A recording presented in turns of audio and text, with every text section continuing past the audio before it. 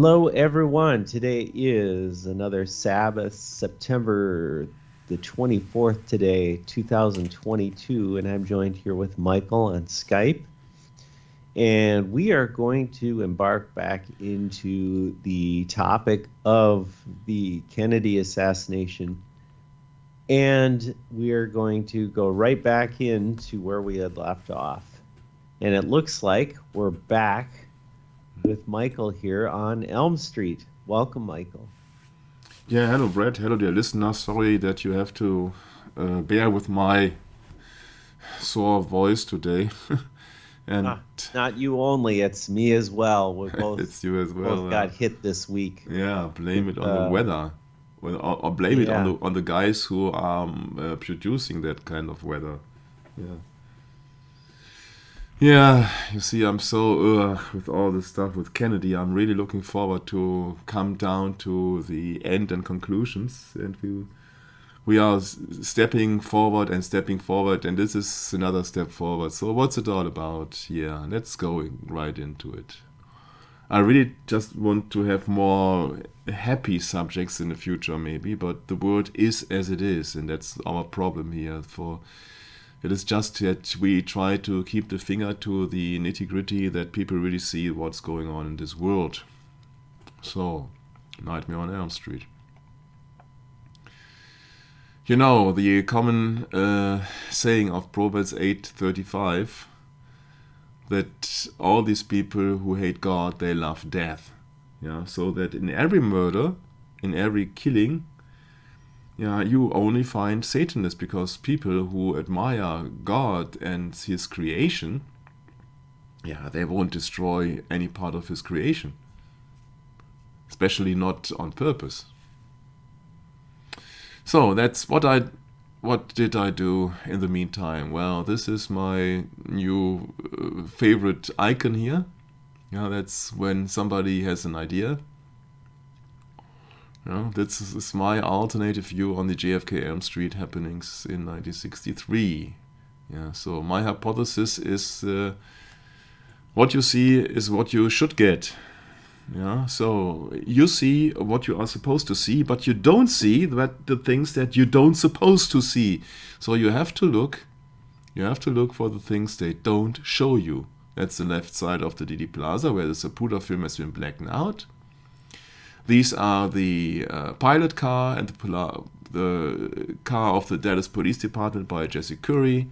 This is the white van in Elm Street, or on Elm Street, visible only in Alkins 5 and in Tina Turner movie, etc. And the Zapruder Gap, yeah, which of course is also the same. Yeah, so they don't show you the things that happened in between. So you look at their symbol, 666 symbol in the movie of Oliver Stone, sponsored by Jesuits.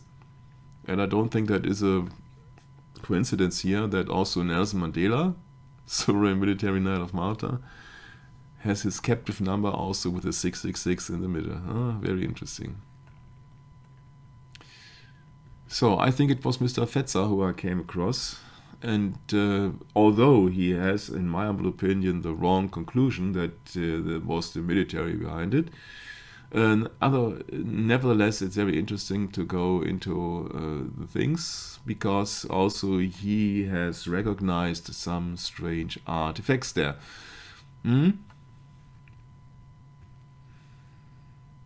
Like a bullet hole through the windshield. Or JFK hit in back.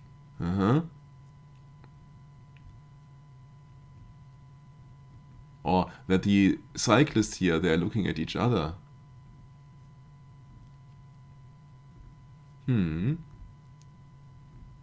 And special Secret Service agent Emery Roberts wearing sunglasses, that's the man in the passenger seat. He orders the Secret Service agent not to react to the shots. Yeah. And Dave Powers, he said that, oh, he was running out of film and he's smiling. Or is he smirking? Oh, I have to enlarge it, I think. Oh, smirking. Sorry. Ja,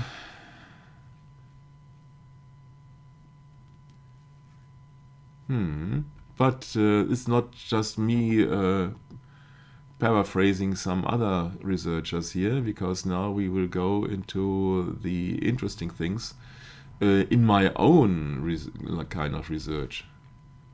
Yeah. Secret Service agent Greer has stopped the limo because lead car with DPD, Dallas Police Department Chief Curry, is stopped under the underpass to start the ambush.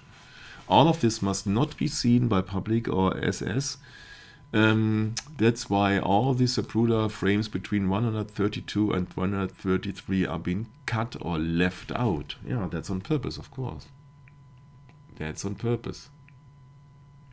So what happened there? When we look once again to the Zapruder movie, frame 1 or 2 here, I said that the background looks very strange, and also where is the white van? There are some black boxes here and some other things which are really missed in that picture here. Yeah. So take this picture as your reference, Brett.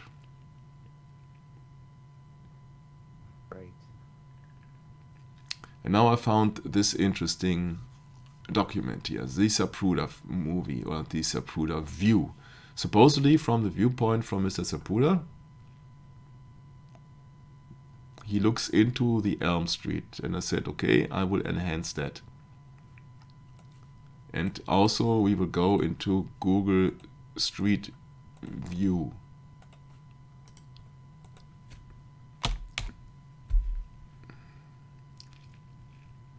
Okie dokie, so this is how it looks like today, or maybe 1 year ago, I don't know from which, from May this year. Okay, so May this year it looks this at 6 months ago, 5 months ago.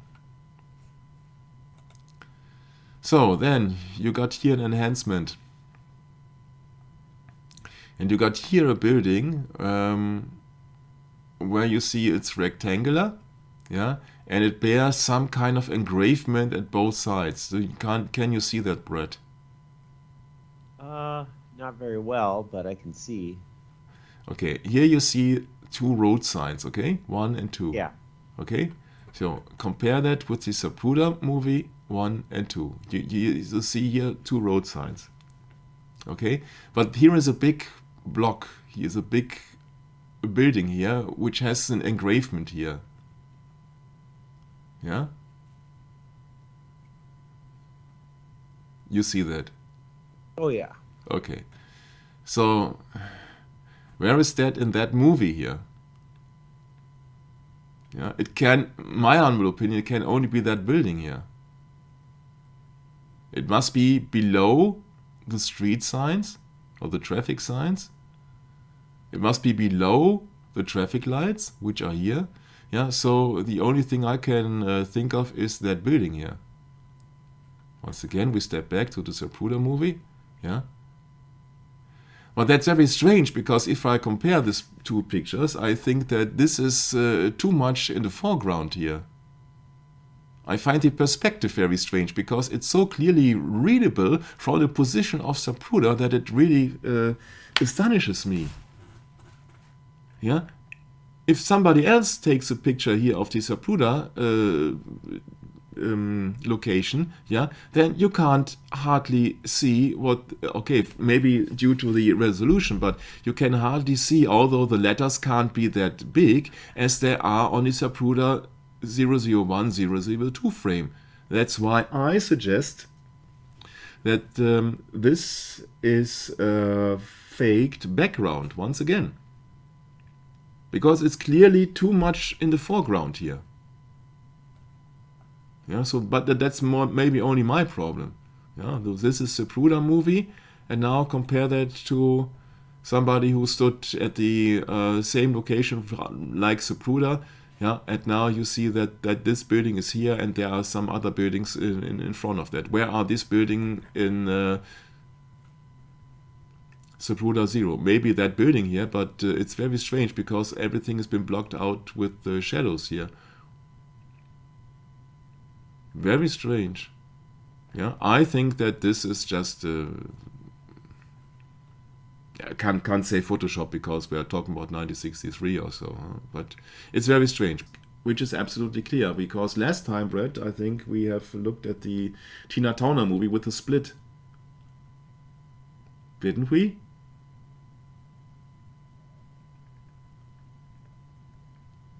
Didn't Yes, we did. Sorry, I had we my did, mic muted. yeah, with the split, yeah, correct, yeah. And so with Yeah. the split, and the split is just simply to hide the fact that Greer had at least 2 attempts, yeah. So that means that why did he miss the first time? Do you think that is an accident, or could it be on purpose? Because I had another idea to that. Okay, so let's do it. Let's do it. And this time with Mr. James Aldkins or Ike Aldkins, Associated Press photographer. His famous picture you see here: Aldkins 6, Aldkins 7. Yeah, famous photographer. Aldkins holds the camera he used to record the event. Yeah, we know what kind of camera he used, but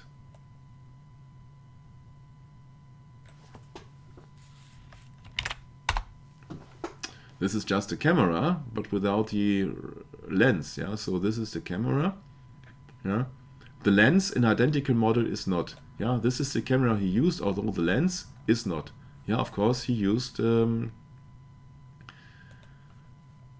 bigger lens. So which is it? A zoom? Yeah, a zoom lens for zooming in. Yeah, and so this creates quite a second problem here. These are 2 pictures of Ike Aldkins, supposedly 5 and 6. So if you believe that these pictures were being made by Mr. Aldkins, then you have to ask one question. How did he do it? Therefore, He must have been running. yeah, you're on the right track. You're a smart guy, Mr. Yeah. You see, everything has changed in the area of Didi Plaza since then. Yeah, you don't see any road signs. Huh? There is a tree not anymore, which was there. The lampposts have now different height. The pavement has been altered. The storm sewer has been altered. The signs have disappeared, and so some things have changed. But distances have not changed. So if you really compare the location where Altkin supposedly was, and that must be somewhere around here, because now please compare, yeah, that Altkins covered the turning of the Secret Service limo. Yeah, you see clearly that is just coming out of the turn here. Okay, so we have to assume that he did maybe use the same zoom lens, so he was a little bit further away. So I think he was somewhere, let's say somewhere here. Yeah. So and then you got a lens, yeah, which is variable, yeah. So you can zoom in, zoom out, yeah. And he stood somewhere here, okay. And then he was filming. Now imagine if the presidential limousine was making the turn in the first place, how fast Mr. Ike Aldkins had to move to get the front shot of Aldkins 6. If the presidential limousine had an average speed of about 11 miles per hour, according to the official sources, 11 for Freemasons, of course, but let's say 10 or so, yeah, then even a guy like Aldkins had a hard time covering, and he could not, of course, overtake the presidential limousine, so he had to go another route. Yeah, so he had to turn, and he had to go down on Main Street, this, here, and once again here, and then to make it over the grass somewhere around here. at least. Yeah, and then it's very hard for Google to keep me there where I wanted, but nevertheless, yeah, I suppose he stood here. You know where he stood actually, because you can see him in frame. What is it? 337 or so. Yeah, there you see him with his bag. Yeah, there you see the bag. And he would tell you up to this very day that he could not shoot the killing of the president because he was so paralyzed. You have to believe it. I don't. Yeah, so 337, yeah, was when Icons is coming in, and you know that 313 is the headshot. Yeah, so it's about 1 second after the headshot. And you know where the position of the headshot is on the DD Plaza pavement. Yeah, so we can assume he stood somewhere around here, maybe. Yeah, so that was the distance he had to cover. And Brett, I don't think that anybody can make it if the presidential limousine would be having the first successful turn on the Elm Street. Right, right. So that means that Altgens 5 and 6 also is the best evidence that not only the Tina Turner movie has a split, but that most likely the maneuver of Mr. Greer was on purpose. Yeah, to have more time for people to follow, people like Ike Aldkins for pictures, and maybe some other people with movie cameras, or some shooters to have some distraction. Yeah, so I don't think if Sapuda does not offer the incidents, and Tina Turner movie does not offer the incidents, then that incidents must be very, very important. So that is the first hint for me that also Ike Aldkins was in on it. Yeah, there are no such coincidences. When a presidential limousine is not making one turn, you see that I can't think of a second occasion when that happened, Brett. Yeah, so that's my conclusion. Ike Aldkins outperforms Usain Bolt. And if you really compare Ike Aldkins here, you know that he's kind of a relaxed guy, huh? Now you see that everybody in the DD Plaza is trying to keep up with cameras, and he's totally relaxed. Yeah, he knows that his pictures will be published. Other people, they have to struggle for their job, it seems. Some other people are faking things like, oh, Family Newman, could you please once again smash you onto your grass that I can have some nice clean pictures? Yeah, this is just fakery here, huh? This is the second time Family Newman said, oh yeah, we had to do that the second time. But the thing is that, yeah, he's behaving awkward, I think. But he did make it on time, and now please compare him with the sprinter. And then you know my conclusions. Okay? So, what's about all the assassination thing?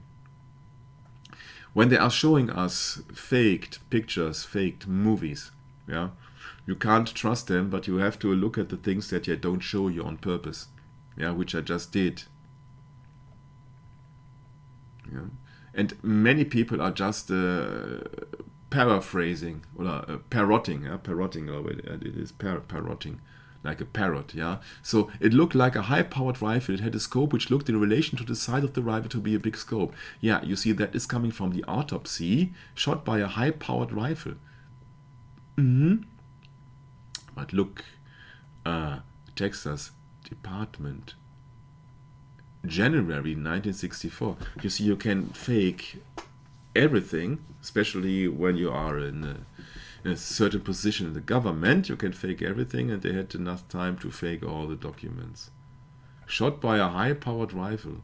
Sure, Can you imagine that would be stated they're all shot by a small gun? Yeah, then the entire theory would have collapsed. Yeah. So what happened then also between Zapruder Gap 132 and 133? Well, on the one hand, of course, Greer had to do his maneuver back and forth. And before that, Jesse Curry allegedly was stepping out of the vehicle before the presidential limousine, and he had a chat with a Dallas Police Department officer right before the entrance of the Texas School Book Depository. So much for coincidences. So I guess that he was checking orders for the last time, and I don't think there are any accidental maneuvers. So what happened then? Well, what you don't see, because the Zapruder film also does only focus on the presidential limousine, is on the background, which you see in Outguns 6, if that is a correct picture. You see the doors opening from the Mercury car, and that is around the time when some shots who were described as firecrackers appeared in the Didi Plaza. The problem is that Didi Plaza is surrounded by buildings, and that means that you have echoes everywhere. So it's extremely hard to make out the source of the shooting, because it is echoing between all the buildings there. But it's a strange coincidence that these doors are opening when the shots were occurring. Some people will say, okay, that's a reaction to the shots, but maybe they have also emitted the shots out of this car, maybe by blanks or by other means, I don't know. Yeah? This is a Mercury, which is also very interesting, because Mercury is a ruler and been seen as a god. And Mercury is also a teacher of knowledge, arts and writers, everything related to communication, and so forth and so forth.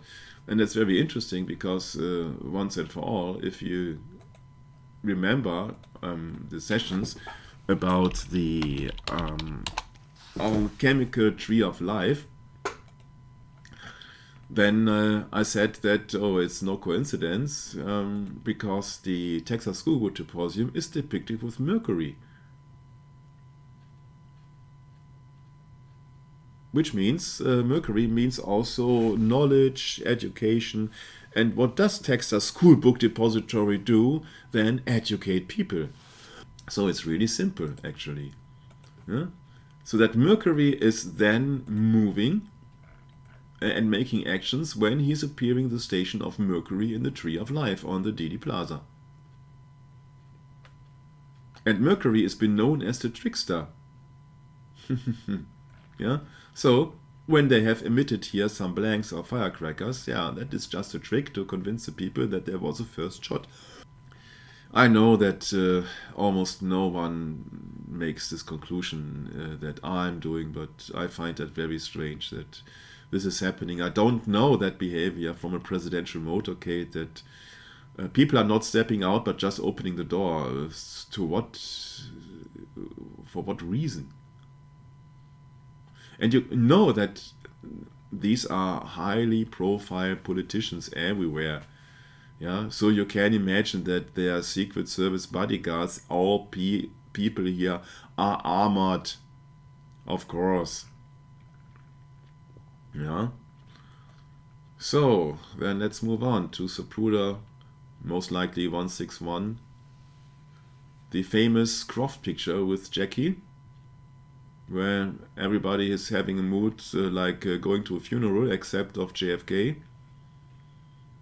It's about 8 seconds to the fatal shot, but it's just about, because you can't tell, because you can't rely on the Zapruder movie, of course. But just for the heck of it, this is just the Croft picture, when you then see nobody's waving or smiling anymore, but now it's been very concentrated. And once again, I think that tells a lot. But there's something to it. According to the book Matrix for Assassination, the JFK Conspiracy, Croft took a fourth photo at the scene. He believed it was snapped at the exact moment as the devastating headshot struck Kennedy. But when he received his photos back from the FBI, this slide was a complete blank. The FBI told him that his camera appeared to have malfunctioned at that moment.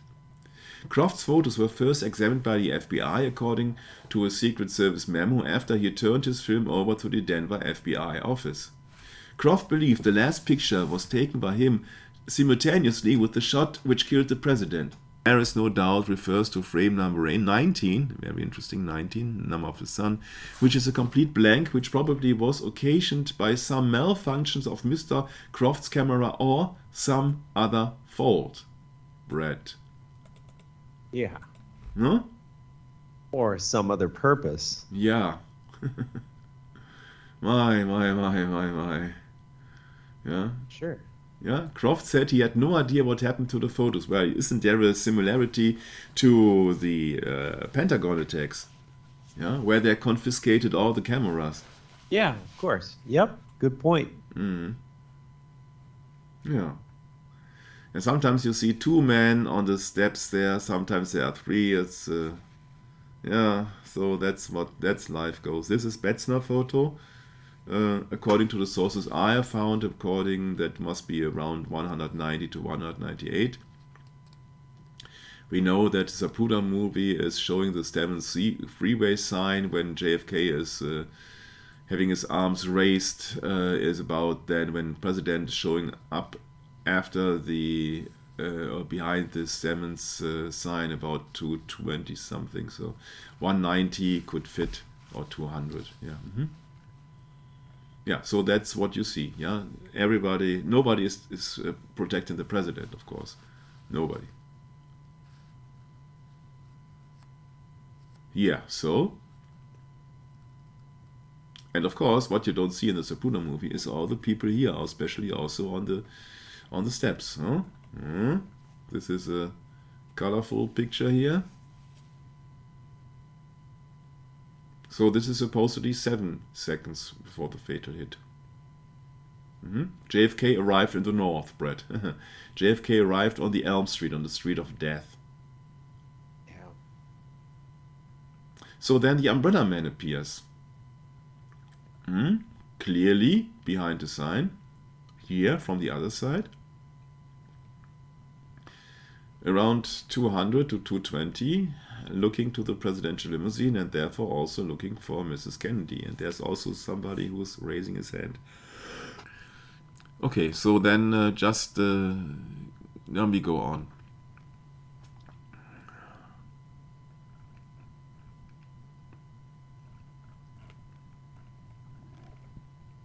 Yeah. Most people think that Kennedy was being struck by a bullet. Not me. I think he was paralyzed. I have a special reason to believe so. And according to the script that we did about the Killer Queen, that source is supposing that Jackie was using a dart gun or some other tranquilizer gun. Okay, but can't prove it, of course. No, but it's most likely that JFK was paralyzed. I got a very, very simple reason to believe it. I can't tell you the reason right away. It's so simple because the entire time JFK is not looking to his wife. If he was not able to speak about the alleged throat wound, yeah, what would you do when you can't speak? Yeah, you would look to your next help, yeah, and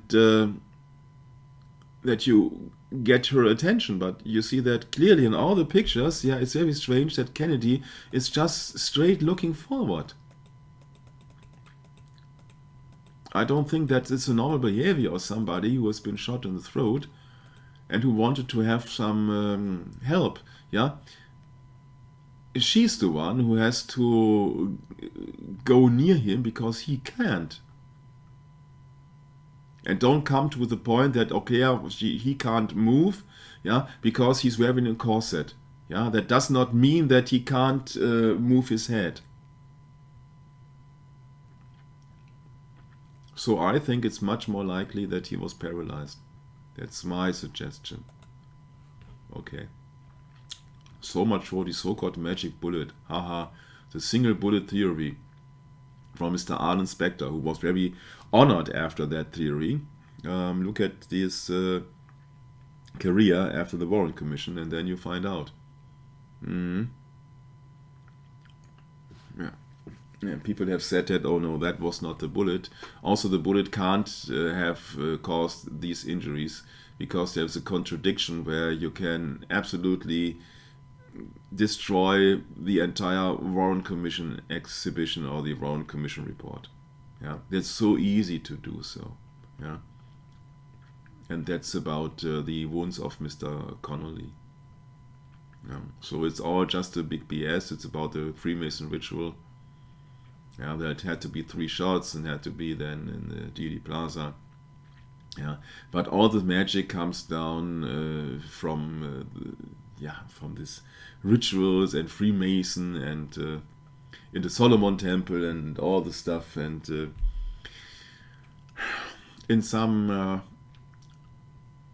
chapters of the Freemasonry you find also these magicians, and yeah, there is no single bullet. Yeah, before Kennedy and after Kennedy, it is just a single bullet when in the assassination of Kennedy. Come on, yeah, billions of ammunition has been shot in world wars, yeah, and this is the only time ever you hear of a single bullet theory. Huh? Can't work. We'll tell you why. It's so easy also. Yeah? So that JFK was losing a speech, but not about a projectile from a bullet from a gun, but most likely a toxin. And they said these Freemason stuff in that ritual from Hiram Abiff, the first strikes blow at the throat, the seat of freedom of speech. Yeah, and that's what JFK also had a problem with, or the powers to be had a problem with Kennedy. And he says, I believe in America where the separation of church and state is absolute. Well, and it's so obvious that they wanted to shut him down. And that can also be a mortal wound, of course, if you don't receive any treatment, can be a mortal wound. Yeah, but you see that usually the Catholic truth is relative and not absolute. Yeah? And that's a problem. Yeah? Your first so-called Catholic president, John F. Kennedy, said openly in 1960, I am not the Catholic candidate for president. And it is not hilarious, funny, Brad, that speech has been written for him by a Jesuit? Really? Yeah.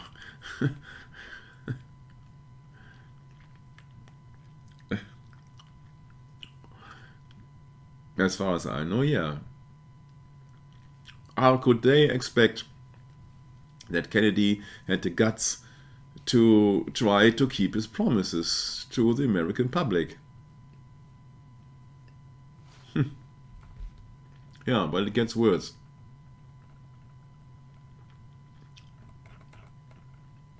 Yeah.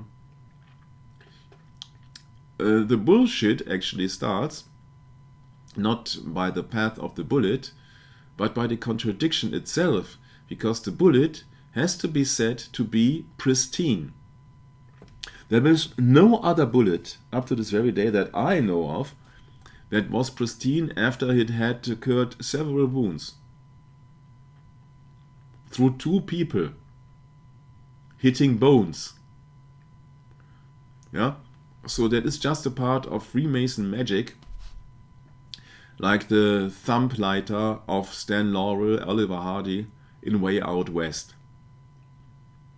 Yeah, and Texas is way out west, especially from Washington. Texas was part of the Wild West, if I remember correctly. So this is Freemason magic. Yeah, this is something which is just for the public, and that they say, wow, it's a single bullet, it's the bullet. No, it's not. Yeah, they tried to fake it and said that, oh no, it did not alter the path because they were sitting in a certain angle. No, that's not the point. The point is that it hit Mr. Connolly in the wrist, but he did had his head in his head, and yeah, he did not fall flat, or he did not loosen his head, so therefore he could not be hit in the wrist, or else. Yeah, he's very fond of his head. You see, when he's greeting the presidential or the first lady, usually I would have guessed that he was taking his head off. I don't know if he does that after that, but he's very fond of his head. Yeah, it's in Texas. I think it's also a kind of a symbol. Yeah, because it's so hot there, and yet you're just well, don't know, but it's just more as a symbol. What absolutely destroys the credibility of the Warren Commission theory of a single bullet is the X-ray of Governor Connolly's right wrist. Why? Because it's so obvious. Yeah, this is the actor Connolly, best friend of LBJ. You really think that they would have threatened the life of the Texan governor? You really think so? I think he was just acting. Connolly was not aware that his wrist has been injured, Mr. Groden, who has presented us the Zapruder movie in the first place, until after the surgery.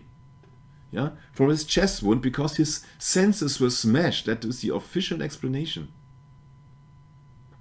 So if you are struck in the chest and then a bullet travels through your wrist, yeah, you don't notice the wrist anymore. But you keep holding your head, of course. My. And of course, that's also no coincidence that on his... what's the name of that again? That on his stretcher, the bullet, the pristine bullet, was found. What a coincidence. Sure, must have been his stretcher, Brett, because he was the last one who saw the bullet exiting. No, he could not see it because he could not recognize that he was hit in the wrist. That's very strange. But it gets stranger. But Mr. Connolly said that John F. Kennedy was not suitable as a president because he was having Addison disease and a dependence on cortisone. But yeah, then he just moved on into politics himself, and he was elected then as the Texas governor. Yeah, and now you want to have proof that the magic bullet is fake, huh? Yeah, it's no problem. It's no problem. It's just a contradiction now. Okay, I have not incorporated there. I'm so fed up with all the things. It's so obvious. I don't know why. To destroy the theory of the single bullet of Warren Commission is so easy. You can do that in one sentence. The material that the fragments of the bullet have left in the original X-ray of Connolly's wrist is too much of the pristine bullet. Either you have a pristine bullet or you have metal fragments in your wrist. Can't have it both ways. Therefore, your single bullet theory is busted. Let's move on.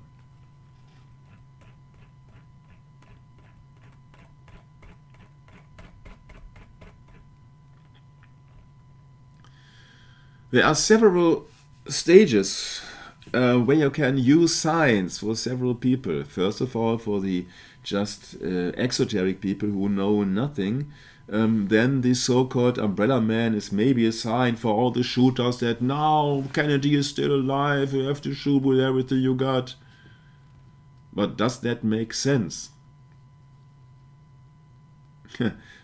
Simply because when there are shooters from faraway places, aren't they using a scope?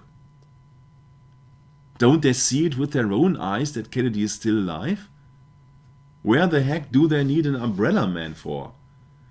That would imply that every shooter has also a second man behind him who's then looking to glass or what and said, oh no, umbrella man is waving, he's still alive. Yeah, while the shooter itself has Kennedy's head or Kennedy himself in his scope. What does that make a sense, Brad? There are certain stages of information and disinformation. The first, the average one, would be for the average public, for the exoteric people who do not know what's going on. And therefore you have an umbrella man there standing and waving his umbrella. And the official explanation is, okay, that's a protest against the appeasement politics of the Neville Chamberlain, the Minister of the Great Britain, during the time when his father of John F. Kennedy, Joe Kennedy, was ambassador in Great Britain. That makes absolutely zero sense. For the conspiracy nuts, yeah, they will claim that, yeah, sure, he gave the sign to all the shooters that they really see that, really learn that Kennedy is still alive. But am I supposed to believe that these professional shooters, having the order to shoot the United States president, are not using a scope? They would see that with their own eyes. Right. Yeah, why would they use an umbrella man for?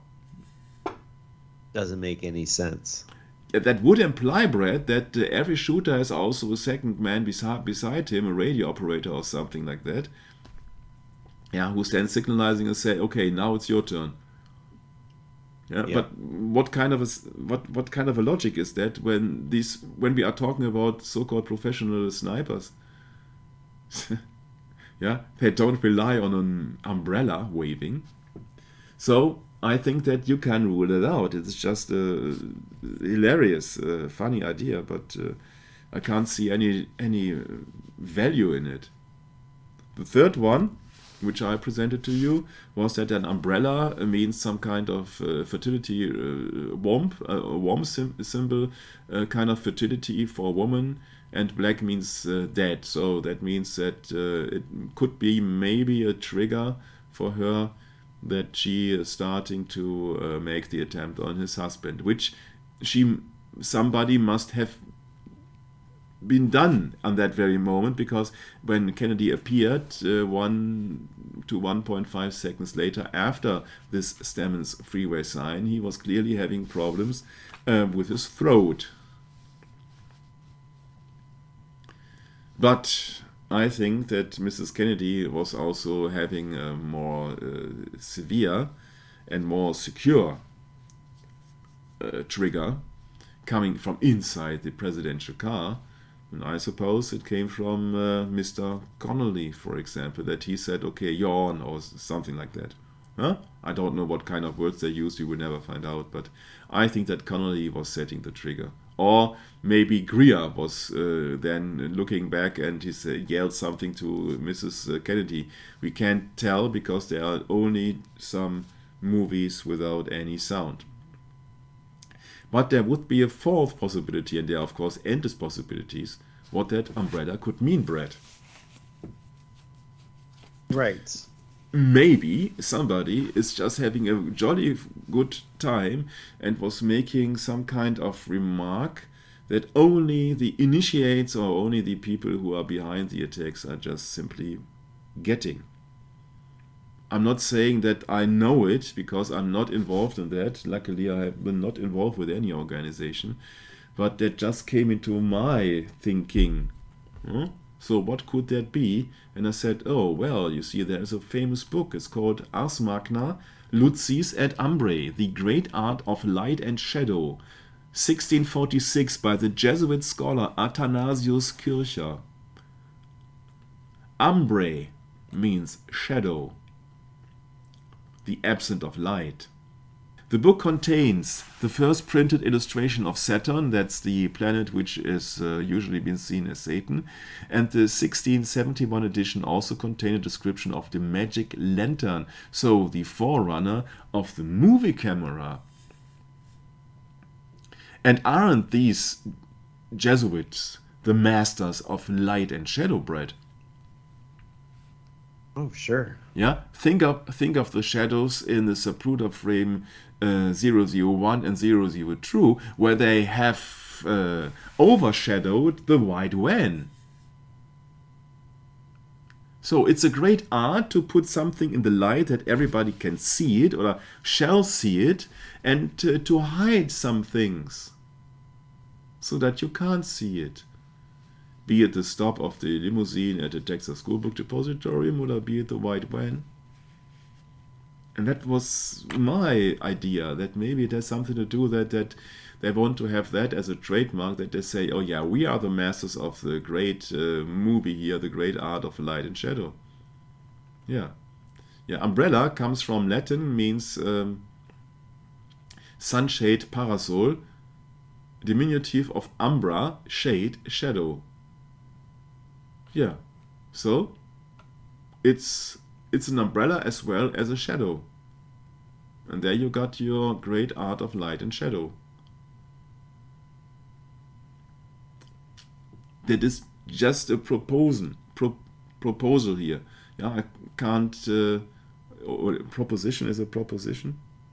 Yeah, right. Yeah, that's just a proposition, Brett. I can't prove it, of course. Nobody can. Yeah, but that's what's coming into my mind. Yeah. So the average theory of the Umbrella Man is, in my humble opinion, purely fictional.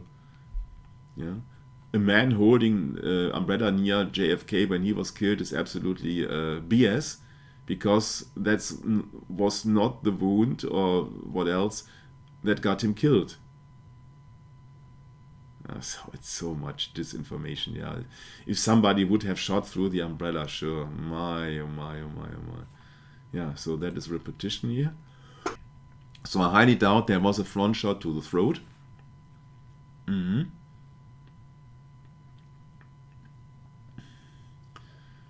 Yeah, I highly doubt that. Yeah, so then we are coming to Zapruder frame 255 with the Altgen 6. So now, just one question. It's just common sense. You are a famous and professional photographer. And in your own city, there is the American president. Yeah, Yep. you step on the street. Although you have been sent away by a so-called policeman from the triple underpass, because you're not allowed to enter the triple underpass in this restricted area. Nobody has any problem that you step on the Elm Street when the president is approaching you. That means he has to use a tele-lens, a zoom lens, so to protect himself from being run over by the motor cops, of course. So he has to be away for some safe distance, of course. But, and now it's a big but, you know that he's got a zoom object, so that he can zoom in and zoom out. Yeah. So please tell me, if you would be that photographer, what would be the focus of your picture? The president. And what do you see in that picture here? You don't see the president too well, do you? Yeah, it's just, I think that the purpose of Altgen 6 is more or less to have a document, yeah, how the presidential motorcade was running and who was involved and all the things, but it's not focused on the presidential limousine. And that's what kept me suspicious from just the beginning from Mr. Altgens. It had not the presidential limousine in its focus, in the center. And I said, oh, maybe then he was more officially there than anything else. Because you know that Mr. Altgens was later on also been seen in the Didi Plaza totally calm where everybody else was running. Yeah, so he was absolutely sure that he would get his contract, his pictures would be getting printed. Yeah, that behavior you don't have when you fear that you're the last one. Yeah, so I don't think that he was just on occasion there. I think he was being ordered to go there. And that picture here suits it very well. Not saying that he did not make other bunch of pictures. I think that he said that he didn't have his motor camera winder, but yeah, what do I know, huh? Maybe he got two cameras. I don't know. I don't trust anybody. I know that he was killed together with his wife, by a carbon monoxide poisoning, by a What? furnace. Really? Yeah, we talked about that some 20 sessions before. Yeah, so it's very strange. It was in the 1919s somewhere, but although very strange. Huh? So I don't trust anybody. AP, also Jesuits. Yeah. So Alkins was not being sent away, although that was kind of restricted area, and he must be run over the grass to make it in time. Or he said that, oh, they are stuck, and now I have to. But so you see that they are hiding so much things here from yeah. And then we come to the problem with the windscreen bullet, yeah, which is of course a problem. I say that it is highly unlikely that somebody would risk the life of the entire, at least 3 people, at least Kellerman, Connolly, and Kennedy, or any bystanders behind that. If that bullet had missed, yeah, then that bullet would have flown directly to the bystanders here. I have a hard time imagining that is a real bullet hole. And it's not a hole in my theory, but the thing is that I would never underestimate the Secret Service, because they have also some gadgets. So I think that it's most likely, or just maybe, it is likely that they have put a hole in the windscreen with an explosive, yeah, with a remote control. Yeah, to make it appear that in that picture is absolutely clear for all the conspiracy nuts that that shot did appear from the front. Because that would imply, that hole and that wound of Kennedy would imply that that shot was gone through the windscreen. But that would also imply that there must be some glass somewhere around here. And what have they gotten rid of? The vehicle, of course. Yeah, so, yeah, somebody from the Parkland Hospital said it was very clear it was through and through bullet hole through the windshield of the car from the front to the back. Yeah, don't trust anybody from the Dallas police, Dallas Parkland Hospital, or what else. Don't trust anybody. I say once and for all, to shoot through the windscreen would imply that somebody had been in the position to be positioned in front of the car. That could only be from the Texas Police Department car of Jesse Curry. That was my kind of thinking a few years ago when I said that, oh yeah, there is a car which you clearly see in Altgen 7, that it was a police car, and it is nowhere to be seen in the Zapruder movie, of course. It has been, it has been invisible. And so from that position out from the trunk, of course, you could have shot without anybody noticing, with a muffler, of course. But the thing is that I highly doubt that anybody would have risked the life of a Secret Service agent and also of Connolly, because Kellerman here has also to organize all the radio control things. Why put him in danger? That makes absolutely no sense. No, I can't anywhere near imagine that that is a real bullet hole. Yeah, that is Secret Service stuff. As well as some other artifacts and dents. Let's go into this. James Take. James Take received a minor wound to his right cheek caused by tiny pieces of concrete debris from a street curb that are struck by fragments from a bullet that was fired at Kennedy. Oh, that is the question here.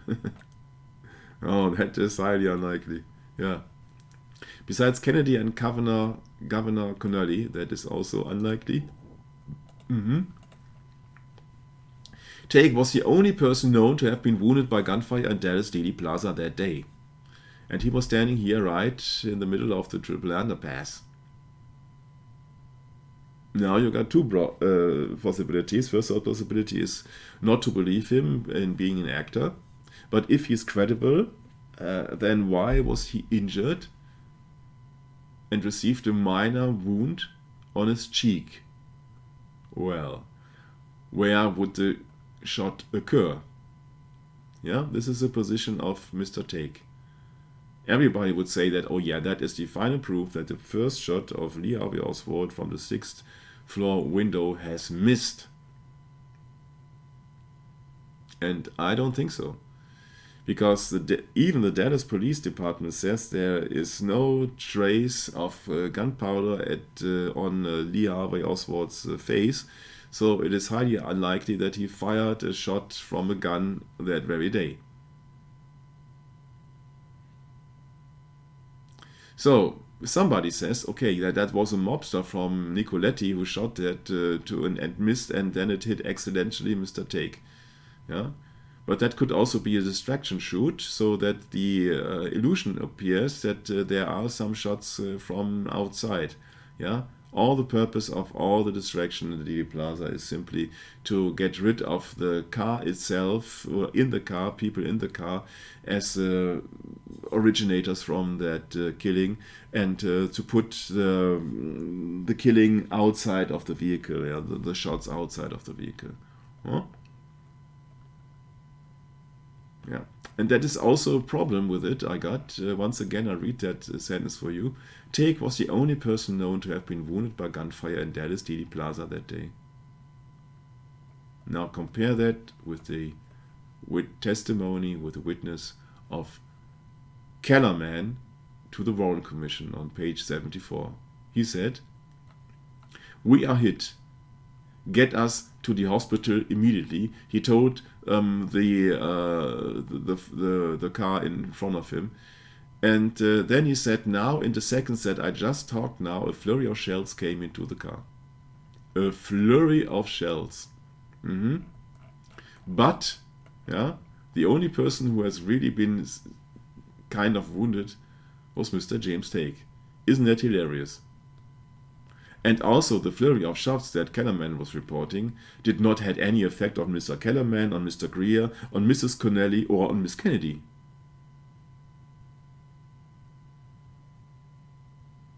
I have a hard time believing all that luck. Yeah, Take also said that the first shot, maybe that was emitted by that Mercury car, likely to be a firecracker because it sounded different. Take was approached by Dallas detective Buddy Waters, who noticed specks of blood on Take's right cheek. Yeah, so he really didn't notice that he was struck, so it could only be a minor injury. Although it's very interesting to know that the stone where the supposed bullet actually hit Brett, that's under lock and key by the government for I don't know how many years. Yeah. If they lock that concrete block away, I'd say that if there is a bullet to be found in that has a strange other caliber than the caliber of an Italian rifle, Manlicher Carcano. And so that would crash their theory again. So they had to get rid of that evidence too. That's what I mean. You see, they have extracted that bullet from that pavement, and that pavement is here under lock and key in the government, and you can't show it. Yeah, you can't prove it, you can't check it, nothing.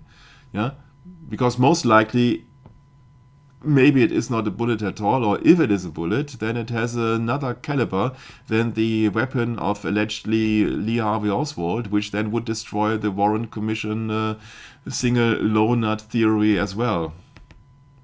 Yeah, that's my point. Yeah, it's under lock and key. Yeah, you don't have access to that concrete block. It's unbelievable. You see how intransparent or how secret the government is. Yep. Yeah, and he would not ever have noticed it if he was not even approached by the Dallas detective Buddy Waters. Yeah, so you don't know what is really up to this story here. Once again, let's get back to Mr. Kellerman. A flurry of shells, a jet sonic boom, a flurry of shells, and nobody was injured. Yeah, a bullet through the windshield, Brett, and nobody was injured but Mr. Kennedy. Oh, no, nobody was injured from that bullet, because that was the magic, or the single bullet, which was being shot by Mr. Who was the name? Lee Harvey Oswald, or Lee Oswald, or Harvey, or what else, or Harvey Lee. Yeah, so that means that there is a bullet hole in the windscreen without being hurting anybody. How ridiculous is that? There are 6 people in the car, and there is a hole in the windscreen, and it's not hurting anybody. My. And this is supposedly to be the hole, which afterwards was, of course, been scrapped, this so-called this limousine, or stripped, better to say, stripped, and of course been replaced with another windshield. Yeah, sure. But so you can feed all the conspiracy theories. Yeah, or to create the illusion, of course, that there was a threat coming in from behind, from outside.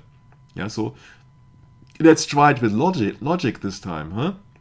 Kellerman says, I'm employed at a special agent for the Secret Service, for the White House. He said the president's vehicle was transported to San Antonio by cargo aircraft.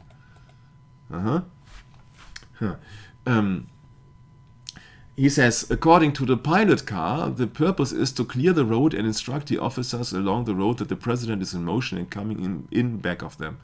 Yeah. That does include to get rid of any photographer standing in the street, but okay, what do I know, huh? So he said the next car after the pilot car. So there are 2 cars in the front of Kennedy, which are not been shown on the Zapruder movie. That's the pilot car and the Dallas police lead car. That car on that day, he said, was driven by Chief Curry of the Dallas Police Department. What he does not tell you is he's a 33-degree Freemason. So, and then comes, Mr. Spector, who is the initiator of that single bullet theory, says, how many frequencies were used by your own network? Oh, just one second, hang on.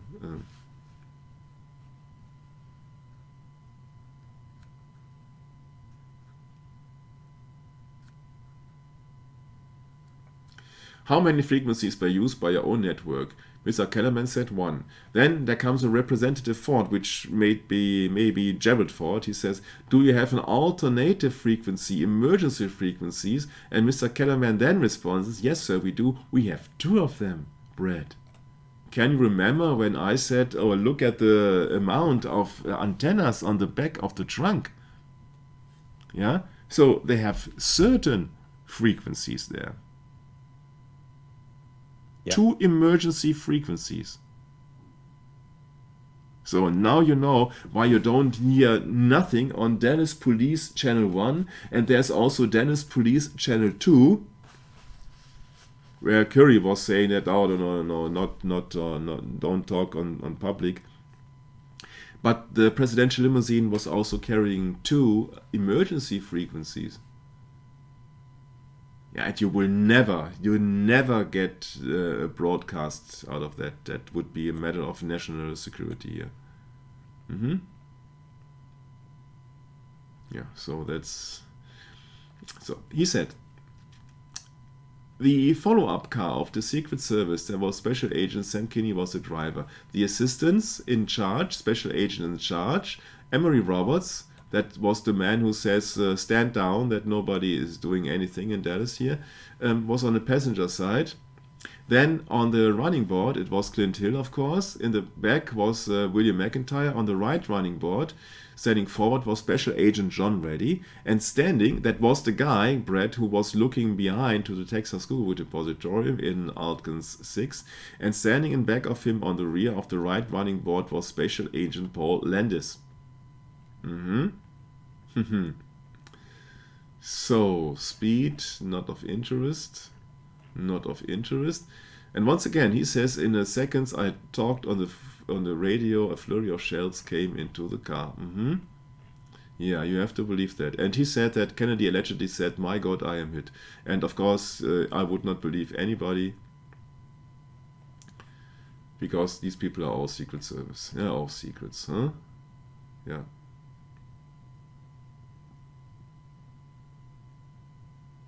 Yeah, so... Testimony of Clint Hill then.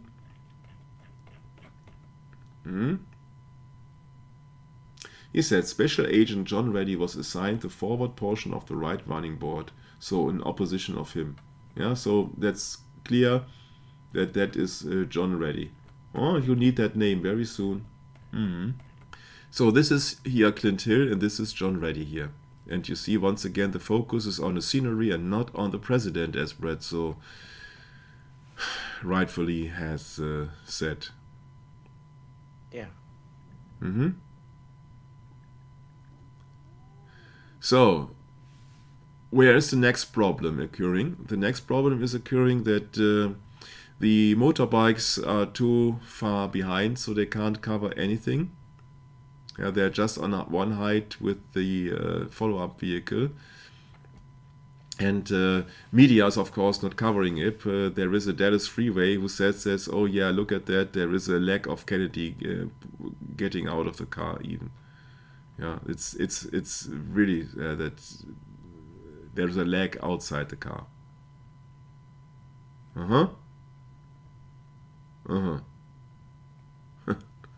Oh, it's so hilarious. It's all so hilarious. Yeah, it's all so hilarious. Yeah, so I don't know where to start because they are all lies and nobody is really paying any big attention. Of course, I will make mistakes too, but you really have to be very careful. Look at that picture here at Altkins 255 or Altkins 6, which is equivalent to frame 255. Brett, you see that is the glove of Jackie Kennedy here. Yeah. That is supposed to be her left arm.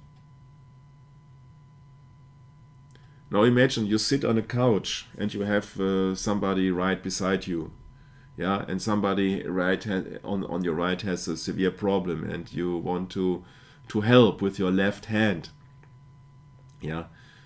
Would you not rather try to help with your fingers on top and your thumb down than to be shown in that picture here?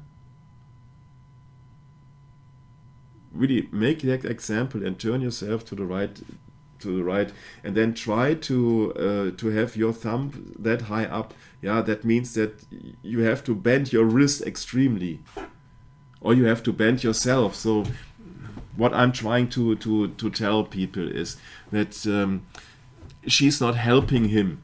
Yeah, she's using her strongest finger, which is the thumb, and the thumb is an analogy to Mars, and Mars means war. Yeah, to work against him. Yeah, that you clearly see here because she's using her thumb. That's what I think of that picture here. So what's happening then? Greer is looking back twice, and also Mr. Kellerman is looking back. Yeah, and here's once and twice and all the stuff. And I apologize for not being in a chronological right of order because at the moment I'm so bombarded with all the pictures of Kennedy here. I would need months to sort everything out. Bobby Hargis, that's the motorbike cop on the left side, he said the presidential limousine slowed almost down to a stop, which we see at the Orwell Nix movie. And in the Orwell Nix movie, out of a sudden, Brett, we are seeing 3 people on the stairs.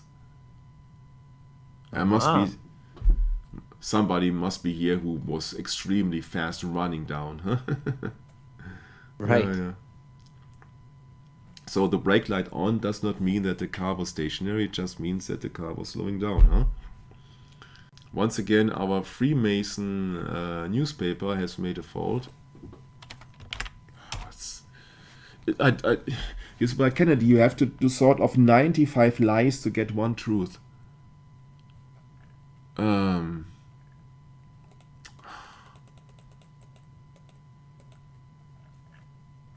Yeah, that's the picture here.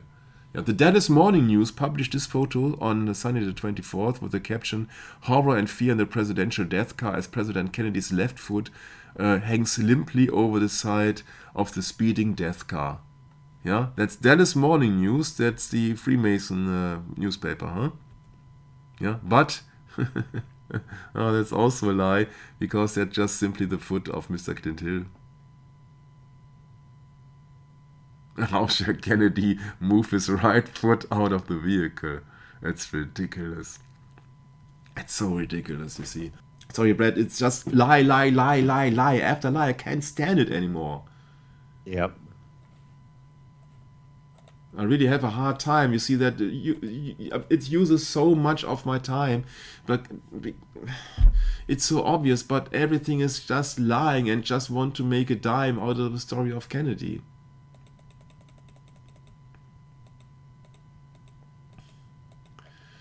So, coming to the nitty-gritty, why did I mention John Reddy? Well, you see that there was a Secret Service order to stand down from Mr. Emory Roberts right from the start in Love in the Love Field Airport in Dallas. Yeah, so that agent was being ordered to not to protect the president on the right side.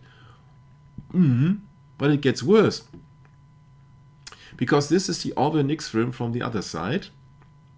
And you clearly see here that Clint Hill is running towards protection of Mrs. Kennedy. Huh? That's clearly been visible. That is the Orwell Nix film, or what is left of. Yeah, because you don't know how much forged and etc. that film also is. So this is a movie, and you know that the Jesuits have the great art of light and shadow. Yeah, so they will show you that what you shall see, and they will hide the things that you shall not see or shall not get. Yeah, so this is decent quality here. But of course, people would focus on the motion of Clint Hill when he's approaching to save Mrs. Kennedy, huh? But that's not the most interesting thing in that video. If I would have not seen a commentator, then I would also not get what this video also shows, and I have to rewind it, and I hope that you will draw your attention now not to Mr. Clint Hill, yeah, because you know that is the follow-up car, but to Mr. John Reddy, because John Reddy is now John who is ready to assist a dying president. Yeah. Now you see that Clint Hill is then running down. Yeah. But what people usually is not see the behavior of John Reddy. So, yeah. Please look at that guy here. It's very hard to cover here. That guy here. He's starting to run, and then he's backing off. Yeah, I will repeat that several times. Starting to run, but then back off. Starting to run, and then back off.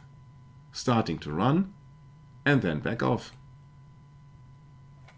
Starting to run, and then back off. Because he was being ordered back by Emory Roberts. So, that's a Secret Service protection. That's why I said, yeah, you have to take care of John Reddy. Yeah, so nobody was supposed to help the president. Yeah, and some dents in the chrome frame of the limousine. You see, you can also let occur that by a small explosive or so. Yeah? Because if that would be a real bullet here, then where are the fragments? And you think that if the chrome was being hit by a bullet, that there were no flying debris or so, which could have hit the face of Kellerman, Greer, or who else. No one was injured except the small cheek wound of James Stake. Yeah, what a surprise. Yeah, and of course it was the mob. It was Nicoletti who hit the chrome frame allegedly to one source. Yeah, sure. Who had been injured? Who? No one. Yeah, so it's all just a distraction to keep the focus outside of the presidential limousine. Yeah.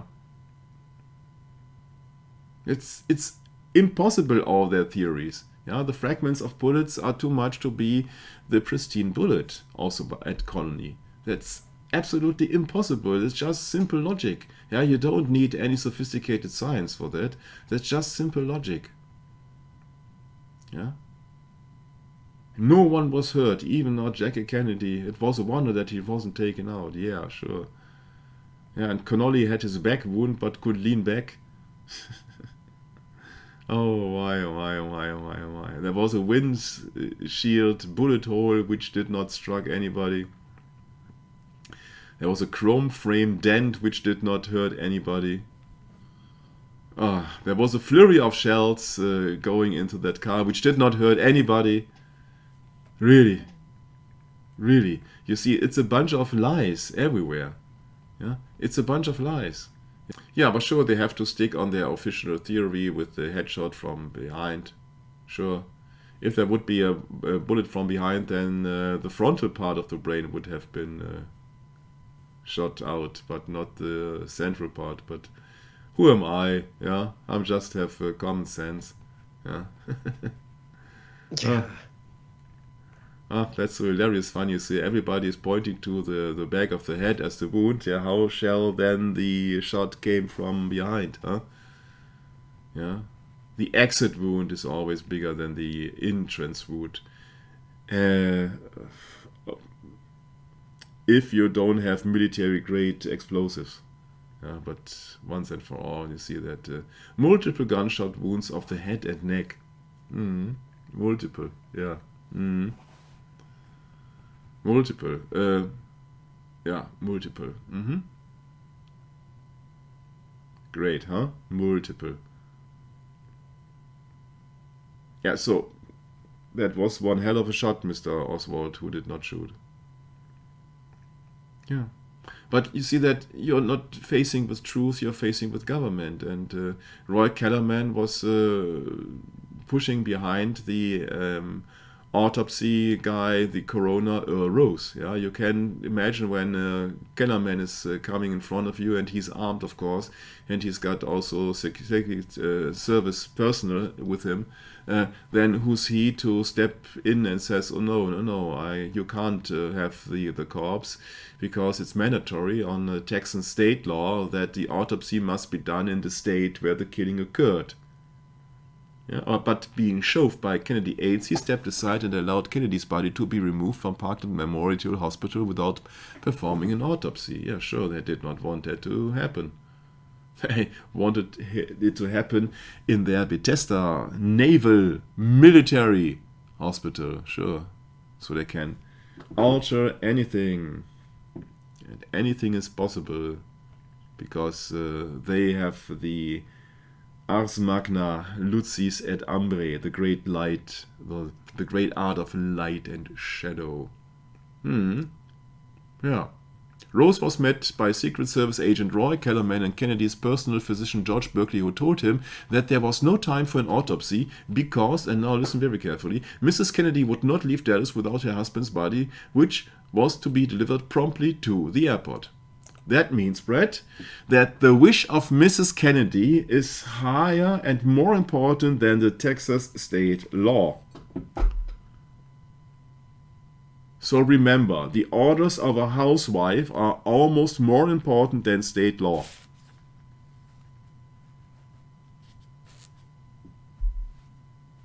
They did not read the Bible. What? Okay. According to Robert Carroll's The Years of Lyndon Johnson, The Passage of Power, the president's aides had literally shoved Rose and the policeman aside to get out of the building. Yeah, that is a part or an excerpt on that book. They had literally shoved the examiner and the policeman aside to get out of the building. Yeah, you're dealing with Secret Service. And then the strange thing occurs that police man also, was been shot in Dallas. Been shot, one in his right temple. 3 bullets. Yeah, that's really sad, and it's really a strange coincidence that these twos would be kind of a look-alike, or at least similarity. But to be very sure, you would also have to just look at their teeth. Yeah, that would be very interesting or very easy to do.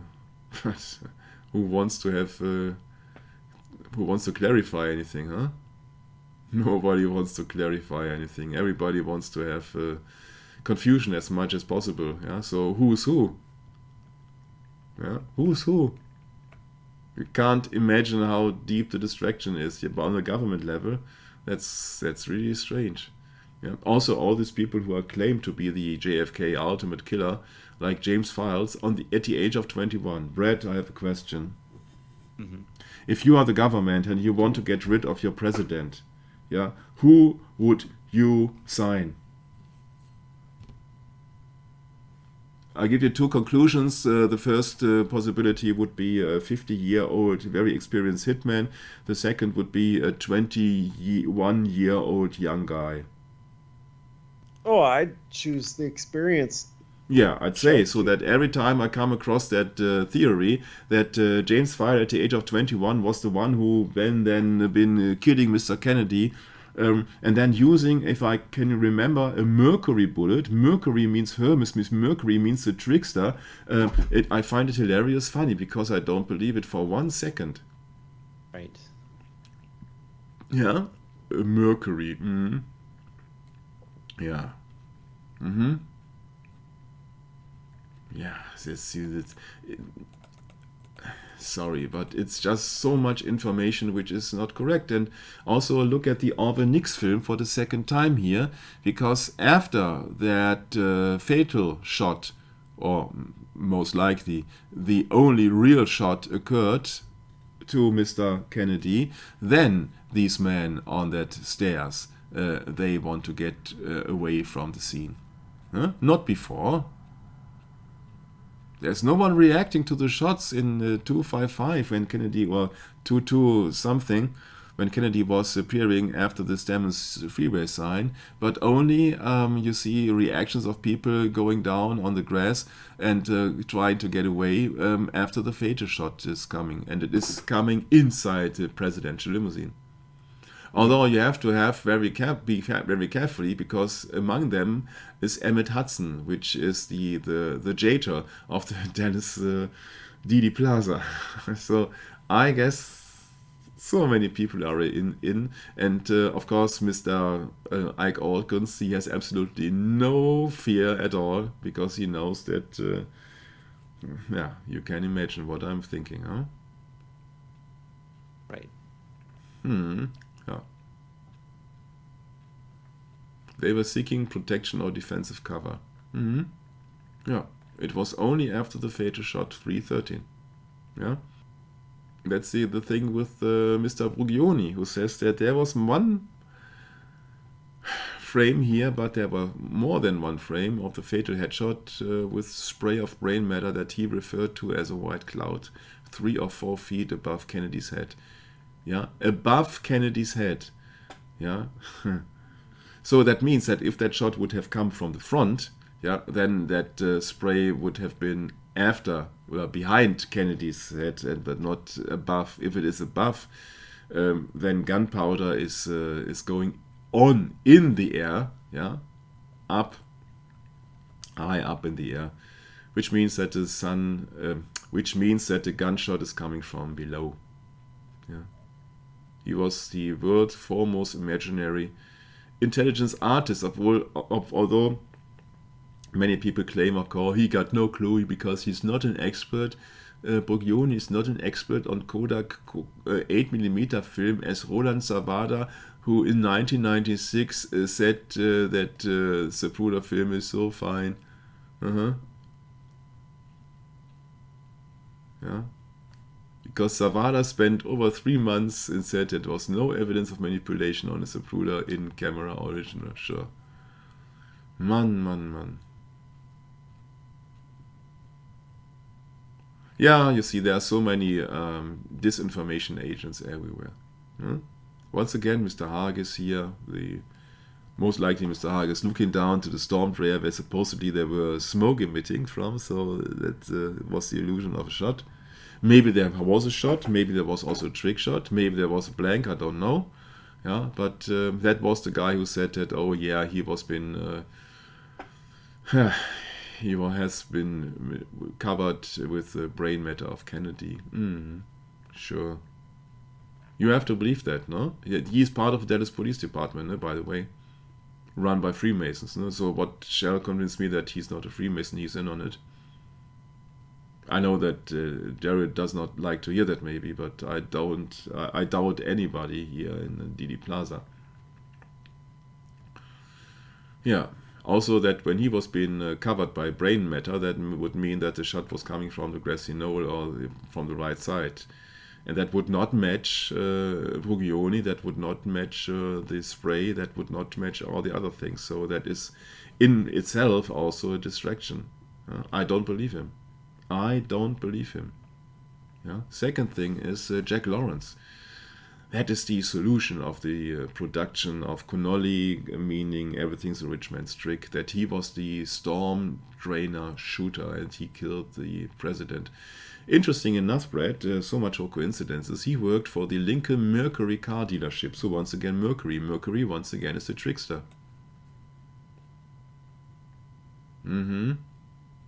Yeah, and that guy, about 30 minutes after the assassination, according to Jim Mars, he came hustling to the company's showroom, pale and sweating with mud on his clothes. Yeah, how convenient, huh? So another distraction here. You see that everybody with a clear mind would not have shown up with mud on his clothes to be some kind of a suspect for the killing of President Kennedy, huh?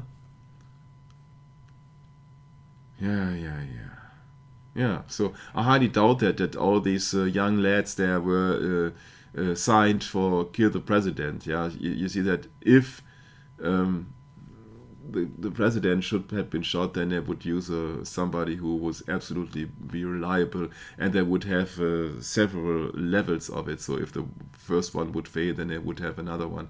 So you don't have a bunch of youngsters then to kill an American president. Come on, please use common sense. Common sense is what God gave everybody to everybody. Yeah. So don't believe Beverly Oliver. She was also being heavily connected with Jack Ruby. I see all these people are working together. This whole Dallas is a pothole. Huh? It's a pothole. Tippit was a dead ringer for Kennedy. His friend jokingly named him JFK and Jack. And that's also what I talked about, that Mrs. Kennedy here on the trunk, she does not care about him, of her husband, she only cares about matter. Yeah, that's what later was shown. No? You will know them by the fruits. She's only interested in the money. Yeah? So we do not know who's who. And I don't care, because I'm not going in all the autopsy things. Yeah. Morning Star, huh? Lucifer. The article Morning Star, how great. Jesus Christ is the bright and morning star, but you see that Lucifer wants to be worshipped as. If you really see the Bible, then it's really more obvious, I think. Yeah, but we are on the end of that session here, I'm sorry. But I hope you could keep your concentration. And I hope you have some valuable clues, and you can read your Bible, because that's really a thing that I have to do this evening. After all this disgusting things in the entire world happening, it's war, theft, robber, violence everywhere. Yeah, where is love? Where is patience? Where is empathy? Where is moral? Where is that, Brett? Please. It's nowhere to be found, except for in the body of Christ, Michael. Yeah, so those are the Christ qualities, aren't they, Michael, that you just went through? So these were my remarks to the sequences of pictures on the Dealey Plaza, that what you usually don't see. And next week or next time we will go into the real killing and the background motives of Jackie Kennedy, most likely. And then we will follow a certain part which we haven't found, because the part of the religious involvement also in the Kennedy thing. And we will soon face things that you will never have combined, I think. Some things must be really unique, but I don't find myself any pleasure in that anymore. No, I don't find any pleasure in it. I'm just doing it out of service at the moment, but I'm really glad when we have some more calmer subjects than the killing of not only a president, Brett, but of a husband and of a father. Mm-hmm. And of somebody who maybe was one of the few Protestant presidents of the United States in the 20th century. Right. Yeah. Isn't that something that you really see that your officially first Catholic president was one of the few Protestants? Yeah. I know that he was officially Catholic and a Knight of Columbus, but well, behind the scenes, you see that he had not followed the Pope, and that's, I think, that you have to really credit him for. Right.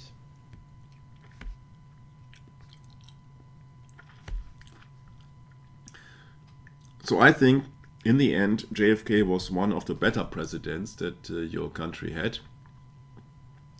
And on the other part of the scale, I think there are some guys like Ronald Reagan. Oh, yeah. Yeah. Doing the opposite. Doing Yes. the opposite, yeah.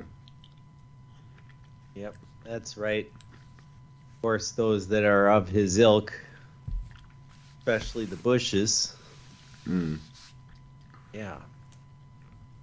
They've left a really bad taste in the mouth of many Americans, I think. But nonetheless, the majority of people probably don't care.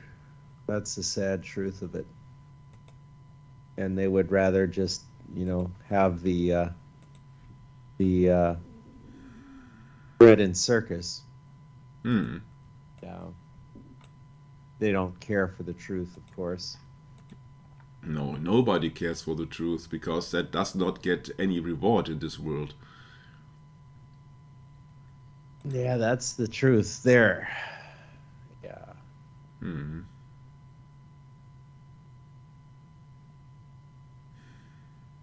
Yeah, when you really see how much violence there is in this world, and then you read the Bible, if it is a book of Revelation or if it is another chapter, yeah, then you really see that this is a peaceful language most of the times.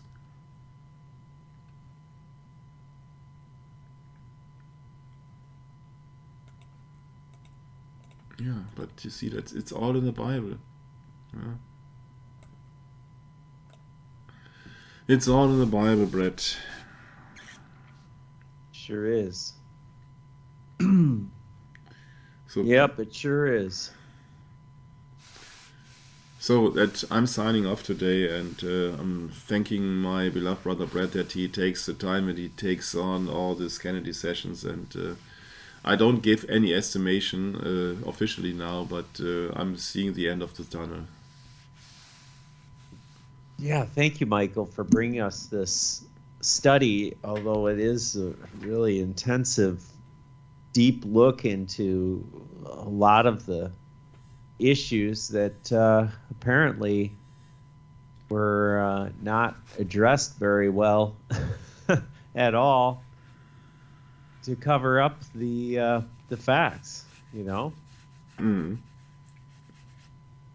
that they wanted us to believe that the lone nut would go and kill the president so that they could justify on, taking away any opportunity Kennedy would have had to make an impact. And of course, that's what happened. Is he was overwhelmed by all of the people that had,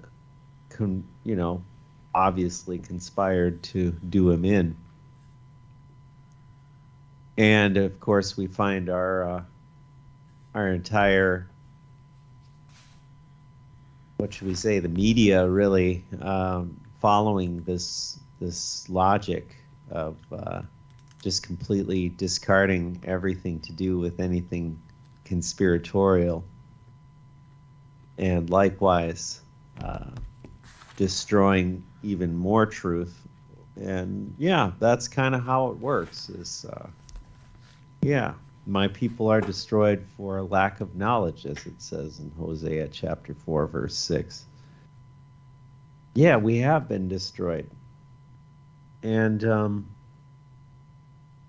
it's up to you and I to restore that, what has been lost. And if we can't do that, then we might see some very bad consequences, I'm afraid. That being that we have given up in our protest.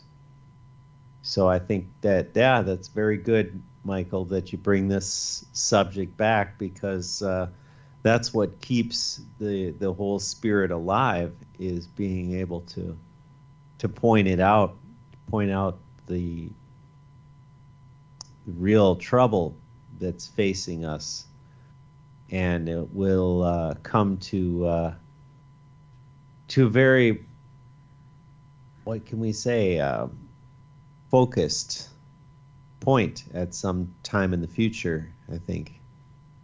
And we're definitely headed down a road right now where we're being forced into another situation that we won't be able to choose. We'll just be forced down this path, either accept it or face the consequences. And that's kind of where I see the future headed, is that we're going to be facing some consequences here in the future.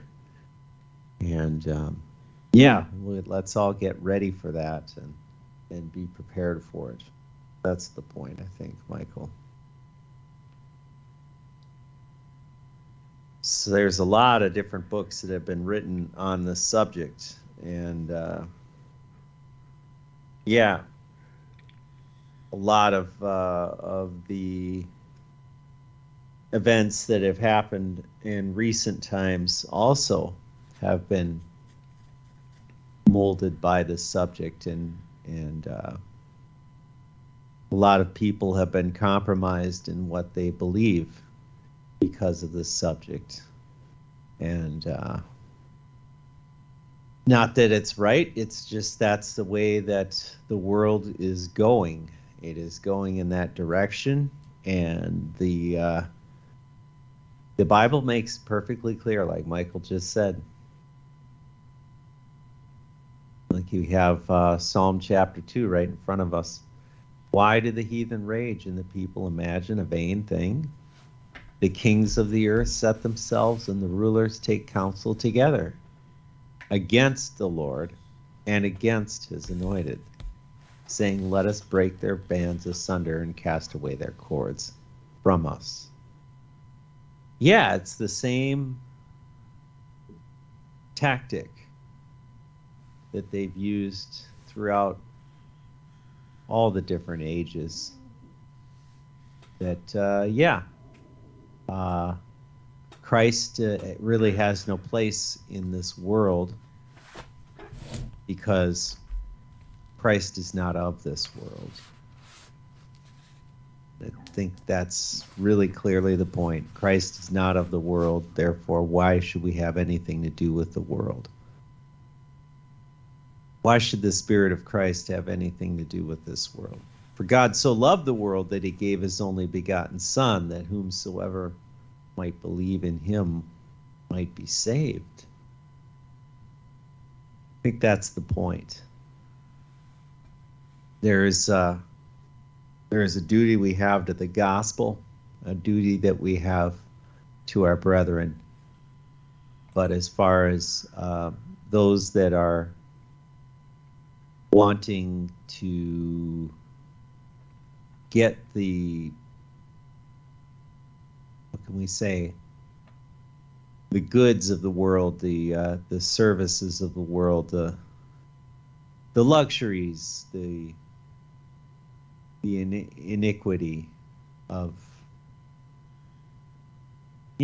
these so-called fruits, which are actually wickedness. So, yeah, all those who love Christ obviously know that the hatred that this world has is toward Christ. It's towards his people. So there is a big division going on. And yeah, we're definitely going to be looking at some of these problems in the future, I think. So the more we deal with it now, the better. All right, Michael, thank you for joining us today, and looking forward to continuing with this series next time. Maranatha.